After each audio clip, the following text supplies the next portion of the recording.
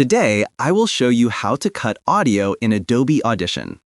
Start by making sure you have your audio clip in the timeline. You can either drag and drop your audio directly into Audition or go to the top menu bar, click on File, hover over Import, and then click on File. A File Explorer window will open. Locate your audio file and add it. Once your audio is in, look at the top left corner of the screen and make sure you are in the Waveform view. If you want to cut a section of the audio, simply highlight that part using your mouse.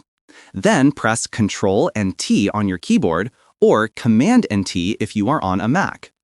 Audition will automatically remove that section and merge the remaining parts together. Now let's switch to the Multitrack session.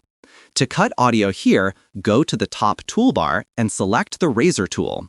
Then click on the starting point of the cut and again on the ending point of the cut in the timeline. Once you've made your cuts, switch back to the selection tool, click on the section you want to remove, and press Backspace or Delete. And that's how you can easily cut audio in Adobe Audition.